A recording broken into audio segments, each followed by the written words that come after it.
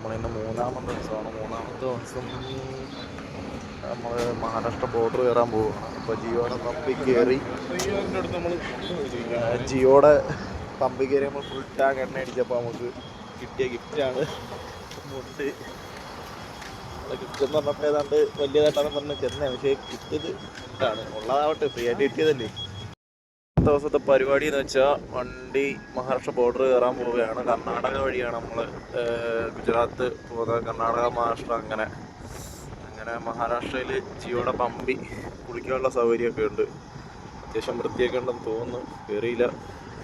അപ്പോൾ അവിടെ നിന്ന് കുളിച്ചിട്ട് ഇനിയിപ്പോൾ നമ്മൾ പുറത്തുനിന്നല്ല ഫുഡ് കഴിക്കാൻ പോകുന്നത്. ഇനിയെല്ലാം വണ്ടിക്കകത്ത് പാചകം ചെയ്യാനുള്ള പരിപാടിയാണ്.